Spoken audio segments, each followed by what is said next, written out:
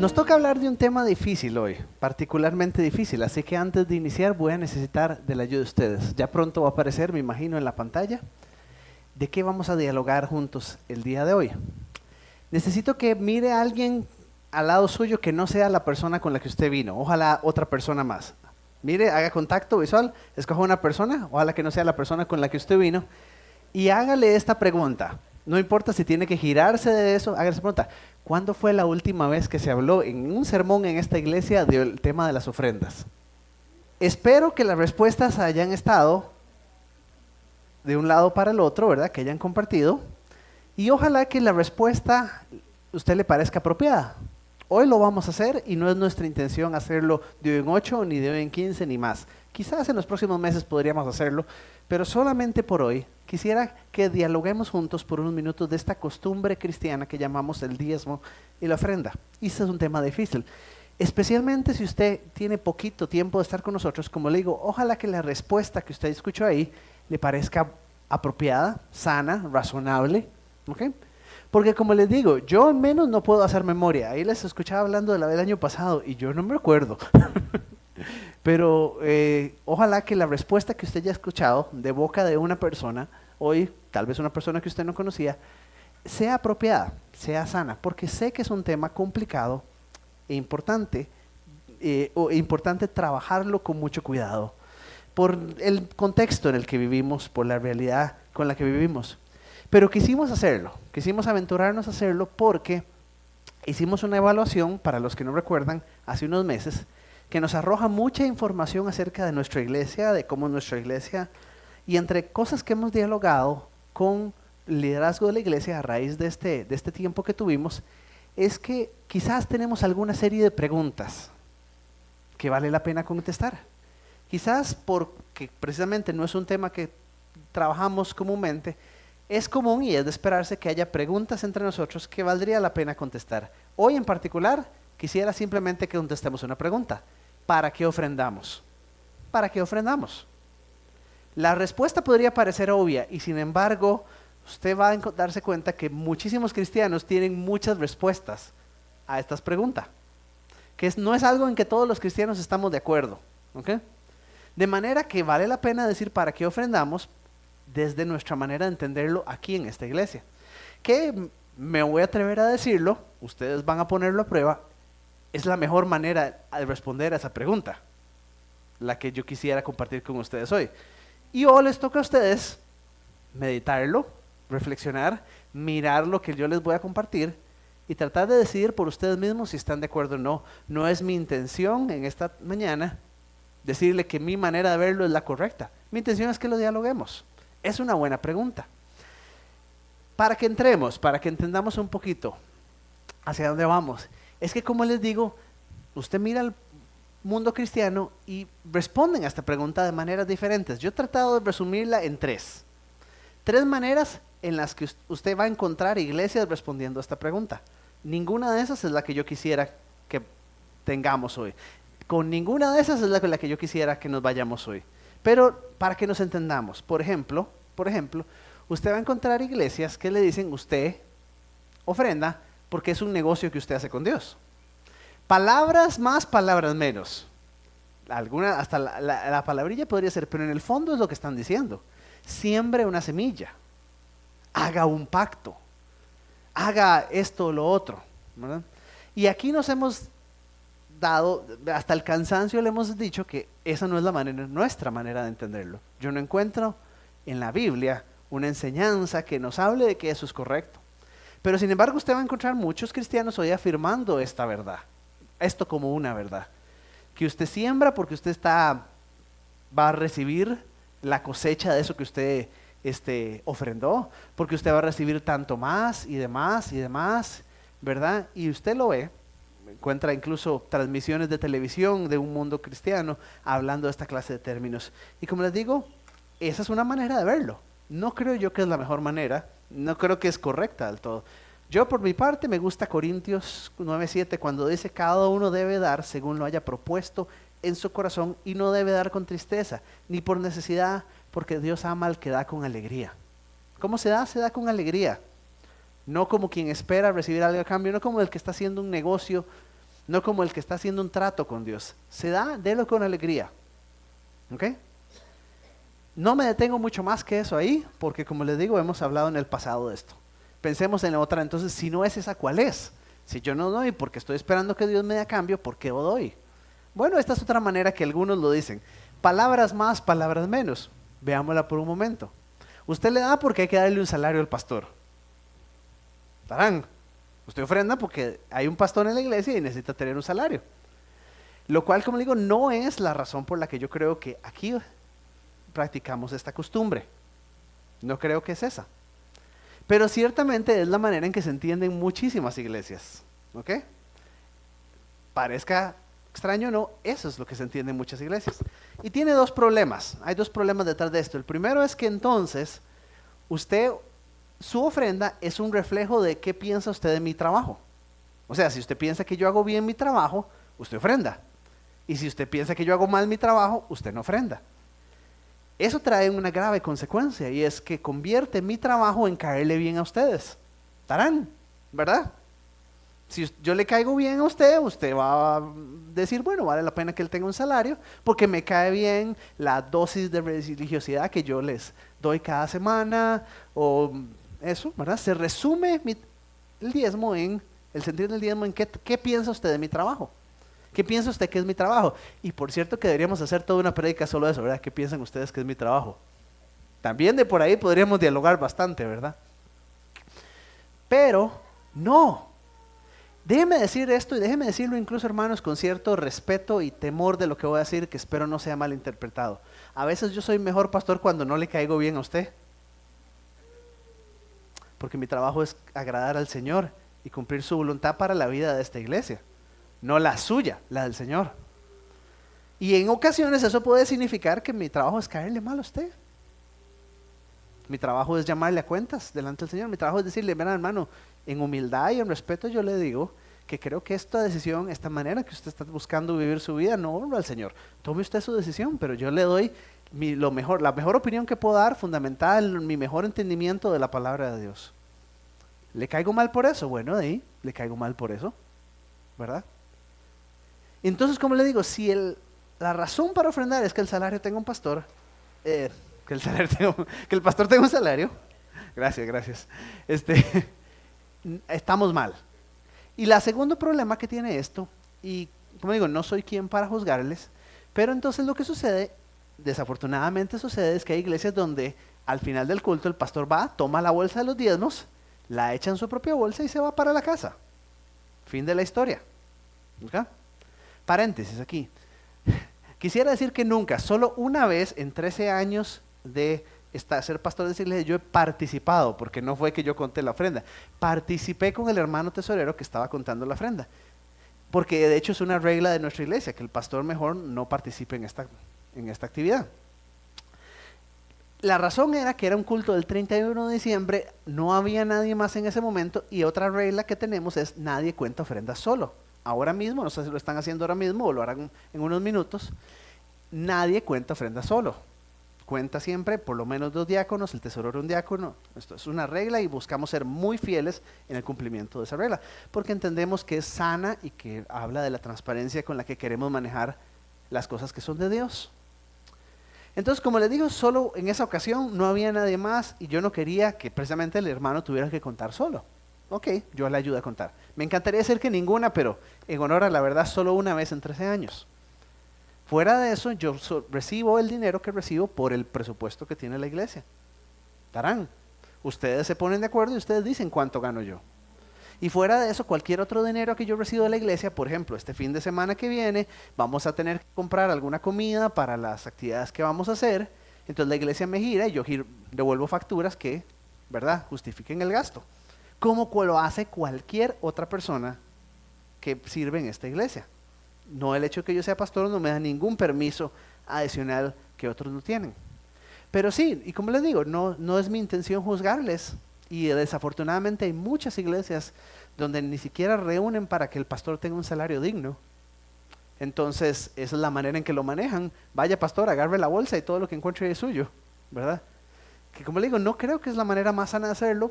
Como le digo, he escuchado historias de iglesias, pues sí, en situaciones muy, muy duras, donde no había ni para pagarle el salario al pastor. Y de esa manera lo resolvieron. No creo yo que es, no creo que esta es la manera, no creo que esta es la razón por la que recogemos ofrendas, pero si usted mira ciertas iglesias hoy, usted la va a encontrar. Y la última, que no es tal vez simplemente una versión mejorada de la anterior. Es recogemos ofrenda para sostener lo que pasa con la iglesia, para que los abanicos estén funcionando, para que hubiera agua, para que los permisos municipales estén al día, para que aquí funcione. O por ejemplo, para darles, bueno, vamos a hacer misiones, entonces hay que darles algún apoyo económico, o vamos a tener tal ministerio y hay que darles algún apoyo económico. Aunque a usted le parecería, pero ¿qué hay de malo en eso? Esa no es tampoco. Esa no es la razón por la que recogemos ofrendas. No. Espero estar poniendo en este momento como en choque alguno, ¿verdad? ¿No es esa la razón? No. Y si esa fuera la razón, una vez más, usted ofrenda según usted está interesado en que este programa o este otro programa de la iglesia exista, ¿verdad? O sea, por ejemplo, un ejemplo muy vívido. Si usted tiene niños pequeños, obviamente a usted le interesa que la iglesia tenga bonitos programas para niños pequeños y eso pues hay que darle algún presupuesto para que camine. Entonces usted va a ofrendar para eso. Pero ya los que hermanos que tienen hijos grandes, tal vez hijos que ni se congregan aquí, ya porque tendrían que ofrendar por eso. ¿Acaso a ellos les afecta? No, eso no es un interés de ellos, ¿verdad? Si usted ofrenda para que esta iglesia funcione, para que los programas se sostengan, entonces su ofrenda está determinada por aquellas cosas que usted ve en esta iglesia que dice, qué bonito, a mí me interesa que esto ocurra así, ¿verdad? Y por eso les digo, no, esa no es la razón por la que se ofrenda. ¿Okay? Y algunos de ustedes, porque tienen un hermoso corazón, me dirán, no, pero yo ofrendo y yo sé que tal vez mis hijos hace años ya no son niños, pero yo quiero que haya un programa de niños en la iglesia.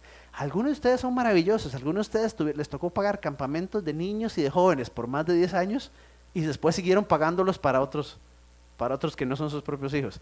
Y yo les agradezco con todo el corazón muchos de ustedes que han hecho eso, porque creen que es bueno que esto ocurra, ¿verdad? Pero una vez más, si usted ofrenda para que la iglesia esté abierta, su ofrenda está en el sentido de que tanto le interesa a usted que la iglesia quede abierta, qué partes de la iglesia le interesa a usted que quede abierta. Todo eso, como les digo, no son las razones. Y ojalá que en este momento esté preguntando, entonces, ¿para qué ofrendamos? Si no es ninguna de esas que está ahí, ¿para qué? Algo de todo esto es cierto. Bueno, sí, el pastor vive de eso y pues que tenga un salario, ¿verdad? La iglesia tiene proyectos y pues hay que financiarlos. No estoy diciendo que todo lo que está ahí es malo, pero estoy diciendo que no son la razón. ¿Cuál sí es? Pista, ya Víctor la sopló. ¿Qué problema? Ya me cantó la prédica completa en la ofrenda. Pero no les voy a decir. Si lo agarraron, están aquí. ¿Okay? ¿Para qué ofrendamos? Lo dijo con esas palabras, ofrendamos para. Y yo, no lo digas hoy. ¿Para qué ofrendamos? La respuesta a esa pregunta es maravillosa porque está en un texto de la Biblia donde el tema de la ofrenda no aparece para nada. Para nada. Pero es que eso es lo maravilloso. Ofrendamos no porque Dios está interesado en nuestra plata, sino porque Dios está interesado en algo más grande y hermoso de usted y de mí. No ofrendamos porque Dios está interesado en su dinero, en lo que usted anda en la billetera en este momento, no. Dios ama, anhela y sueña con que usted esté interesado en algo más grande y más maravilloso que su dinero. ¿Implica su dinero? Sí, implica su dinero también. Ya vamos a verlo. Pero es algo más grande y maravilloso. Aunque usted no lo crea, ahí está la razón por la que ofrendamos. En este texto tan conocido está la razón por la que ofrendamos. Hagamos 3 preguntas que yo esperaría que todos podamos responder. De acuerdo a este texto maravilloso que hemos llamado los cristianos la Gran Comisión, a este final asombroso, la conclusión maravillosa del Evangelio de Mateo, después de la obra redentora de Cristo Jesús, cuando Jesús se despide de sus discípulos y se va al cielo, el encargo final que les hace, resumido en estas palabras de Mateo, 3 preguntas que tenemos todos poder responder. Entonces, ¿qué tenemos que hacer? ¿Qué es lo que debemos hacer? Sí, lo saben, ¿verdad? Hacer discípulos, ¿dónde? En todas las naciones. ¿Y cómo se hace eso? Bautizándolos y enseñándoles que guarden todo lo que les hemos mandado. Ahora, segunda pregunta, ¿quiénes debemos hacer eso? El pastor es el que tiene que hacer eso. Por tanto, que el pastor vaya y haga discípulos. No. Por tanto, que el diácono vaya y bautice. Por tanto, que el encargado de misiones vaya a las naciones. Claro, pues eso es el encargado de misiones. No. Todos aquí hacemos eso. A todos nos fue encomendado hacer eso. Cada uno desde su realidad, desde su oportunidad, desde su vivencia y su momento de la vida. Todos los discípulos de Jesús, ¿qué nos toca hacer? Más discípulos en todas las naciones. Y la tercera pregunta, ¿qué se ocupa para hacer eso? No solo dinero, se ocupa, y de hecho ni siquiera el dinero es lo más importante, pero ciertamente ayuda, ¿o no? ¿Verdad? Ni siquiera llamémoslo lo más importante, que se ocupa para ser discípulos es dinero. Desafortunadamente ayuda, pero tal vez queda más claro si lo explico a través de dos pasajes bíblicos, para que nos quede ilustrado y bien claro. Jesús mismo, en el Evangelio de Lucas, envió a sus discípulos a hacer la misión. Y es dos momentos en el Evangelio de Lucas que los envía, en el capítulo 9 y en el capítulo 10. En el capítulo 9 envió a los 12, en grupos de 6 grupitos, vayan. Y como al parecer les fue muy bien, ya después Jesús tomó un grupo más grande, 72 personas, si no me está fallando lo estoy diciendo de memoria en este momento, y los envió. Y Jesús les dio instrucciones muy específicas, aparecen ahí en la pantalla. Reunió a sus 12 discípulos y después de darles poder y autoridad para expulsar a todos los demonios y para sanar enfermedades, los envió a predicar el reino de Dios y a sanar los enfermos. Les dijo, no lleven nada para el camino, ni bastón, ni mochila, ni pan, ni dinero, ni 2 túnicas. No lleven nada. Confíen que el Señor se iba a encargar del resto. Confíen que ustedes iban a poder llevar a cabo lo que les estoy mandando hacer en esa situación. Y 2 veces lo hizo. Pero interesantemente, me adelanté, no termina ahí. Al final del Evangelio de Lucas, Jesús mismo vuelve a hacer una cláusula. Y Jesús está hablando con sus discípulos en un momento muy significativo. Jesús está a punto de ir a la cruz. Jesús sabe que las cosas se ponen cuesta arriba y les dijo, cuando los envié sin bolsa, sin alforja y sin calzado, ¿les faltó algo? Ellos dijeron, algunos los veo cabeceando, por eso los voy a pedir que me contesten. Entonces Jesús les dijo, pues ahora el que tenga bolsa que la tome, junto con la alforja. La bolsa se refiere precisamente a eso, la bolsa de dinero. Y el que no tenga espada, que venda su capa y se compre una. Curioso pasaje, en un momento muy interesante. ¿Por qué Jesús trae este tema ahí, en la cena, antes de ir al Getsemaní a orar? De acuerdo a Lucas, es de las últimas cosas que les dice en la cena. Les dice, amigos, esto va a cambiar y va a ser cuesta arriba y va a ser difícil. Por eso la mención de la espada. Va a haber retos en el camino. ¿Ok? Y entonces tienen que estar preparados para lo que van a enfrentar. Hay que prepararse. Déjenme explicarlo desde otro ejemplo también. Tal vez este es incluso más claro. En Hechos capítulo 18, Pablo es ahora el que está viajando por todo el mundo.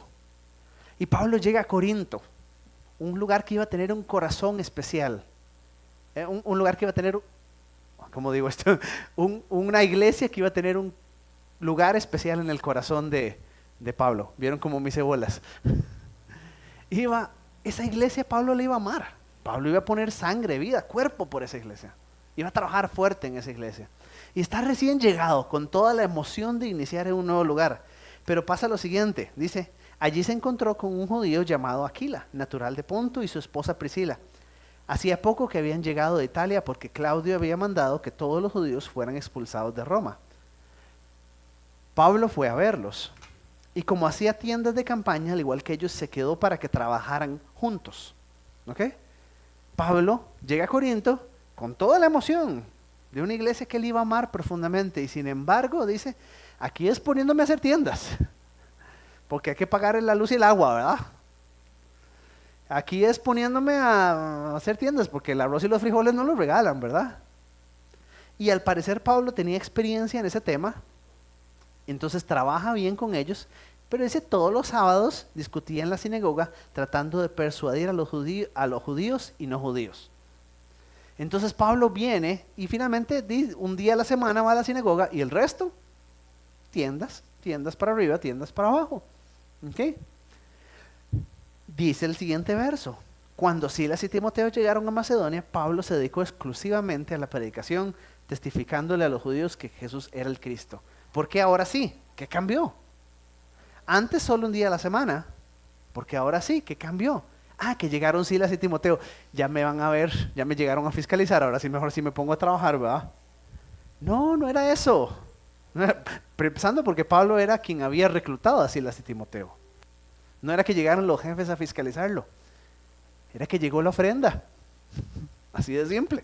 La mayoría de estudiosos está de acuerdo, y algunas traducciones, Nueva Traducción Viviente, lo pone muy claro, que después de que Silas y Timoteo lleguen a Macedonia, Pablo pasa todo el tiempo predicando. Es una consecuencia de que ellos hubieran llegado. Algo pasó con la llegada de ellos. ¿Qué debe haber pasado? Que llegó la ofrenda para que Pablo pudiera dedicarse.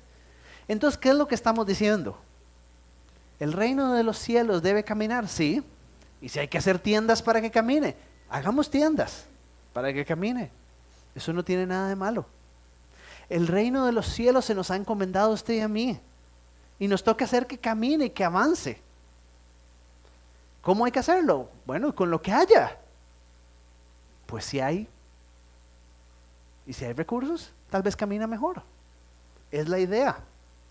Déjenmelo explicarlo de esa manera. Dios nos ha encomendado una misión, y eso incluye financiarla. ¿Sí? Esa es la respuesta. ¿Para qué ofrendamos en esta iglesia? Porque Dios nos ha encomendado una misión maravillosa, una misión preciosa, una misión que Él confía en usted y en mí para lograrla. Déjeme explicárselo de esta manera. Roy Cooper, alguno de ustedes tal vez lo conoció, un misionero, hace muchos años, contaba esta historia. Jesús llega al cielo triunfante después de su ascensión, es abrazado por cientos de ángeles, todo el mundo emocionado. Jesús por fin regresó a estar con el Padre después de su obra en la tierra. Y un ángel se acerca y pregunta: wow, qué maravillosa obra has hecho para rescatar a la humanidad. ¿Cuál es tu siguiente paso? Le dije: ya lo hice. No, pero ¿cuál es tu siguiente paso? ¿Cómo vas a hacer que todo el mundo sepa esto? Allá están, se llaman 12 apóstoles. Sí, pero tienen que llegar hasta el otro lado del mundo. ¿Cómo lo vas a lograr? Ahí están, son 12. Que ellos lleguen. Todo el plan de Dios descansó en 12 personas. ¿Qué hubiera pasado si esos 12 no predicaban? El ángel se agarraba las mechas, que él seguramente sí tenía. Es cuando estaba aquí lo pensé. Tratando de hacerlo. ¿Cómo se te ocurre? Son 12 y son pobrecitos, no tienen nada. ¿Cómo ellos van a lograrlo? Van a lograrlo. Todo el plan descansa en eso. ¿Por qué la gran comisión va a ser cumplida? Porque Dios sigue confiando en usted y en mí. Y no tiene plan B. No hay plan B. Si usted y yo no la cumplimos, nadie la va a cumplir. Si nosotros como cuerpo de Cristo universal en todo el planeta no cumplimos esa comisión, Dios no tiene plan B. Él está confiando en usted y en mí. Y por eso, como les digo, es una oportunidad maravillosa y preciosa de decir: yo puedo ser parte. Además, déjenme decir algo del por qué. Una cosa más acerca de este por qué. Porque de verdad que uno, es como lo lógico. Si es algo tan importante, ¿por qué Dios no dijo: mejor hacemos un par de milagritos para que les tengan dinero siempre y nunca les falte? Si es algo tan importante, ¿por qué dejárselo en manos de estas personas? Aquí hay algo más de la sabiduría de Dios. Y es cierto en su vida, ¿verdad? Lo que nos ha costado, eso lo cuidamos, ¿verdad? Y lo que no nos ha costado, típicamente, ¿qué pasa? No lo cuidamos. Dios en su sabiduría quería que cuando yo vea esa misión, que cuando yo vea este edificio, que cuando yo vea los trabajos, los ministerios que hacemos, nosotros digamos: eso yo lo cuido. ¿Por qué? Porque me ha costado.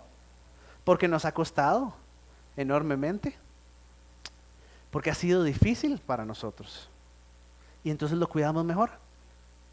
En su sabiduría Dios prefirió que la gran comisión estuviera en manos de nosotros. ¿Para qué?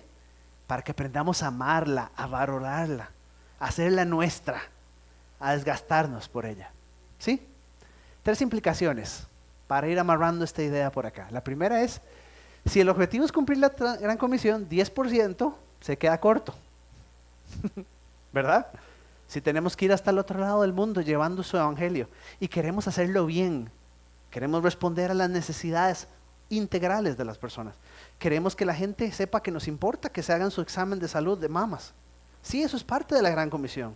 Queremos cuidarles y ayudarlos a vivir mejor. Eso también es parte de nuestra comisión. Y si queremos entonces responder a necesidades tan amplias y tan integrales, ¿podríamos con el 10% de cada uno? No, no podríamos.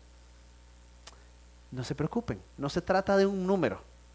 Se trata que usted y yo vivamos por esta comisión. Se trata que usted y yo amemos esta comisión. Pero la verdad es cierta, se queda corto. Tenemos que entonces seguir esforzándonos. Si el objetivo es cumplir la gran comisión, damos, pero también fiscalizamos. Si el objetivo es cumplir la gran comisión, yo doy, pero también yo pido cuentas de qué se está haciendo con ese dinero, porque el objetivo no es solamente dar por dar. Damos, pero también pedimos cuentas. Damos, pero después me involucro en lo que la iglesia está haciendo. Damos y vengo y ayudo. O sea, me estás pidiendo doble. Sí, te estoy pidiendo doble. Te estoy pidiendo que ames la gran comisión que el Señor nos ha dado. Y eso significa dar, pero también significa hacer. Y número 3, creo que ya lo he resuelto en el anterior. Si el objetivo es cumplir la gran comisión, otros iglesias no deben suplantar la participación de la iglesia. Hablaba con una persona hace unos días, él me decía, es que yo veo que la generación de cristianos más jóvenes ya no creen en diezmar. Eso de diezmar es para una generación vieja. Yo creo que la iglesia va a tener que ver qué hace, porque ya las generaciones jóvenes no van a diezmar. Tal vez algo de cierto tiene, hay un cambio cultural ahí interesante que deberíamos observar. Pero yo le respondería a esa persona, bueno, si no quieren ofrendar, entonces no quieren cumplir la comisión. Es parte, vamos todos en un solo paquete. Entonces, tal vez la iglesia puede subsistir por otros miembros y lo ha hecho. Y Dios ha sido bueno. Y esta iglesia ha logrado tener otras maneras, otros ingresos para subsistir. O déjeme darles este ejemplo también.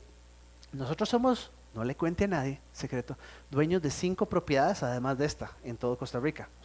Quizás muy pocos de ustedes sabían eso. Muchas están en pueblitos allá en San Carlos y son propiedades chiquititas.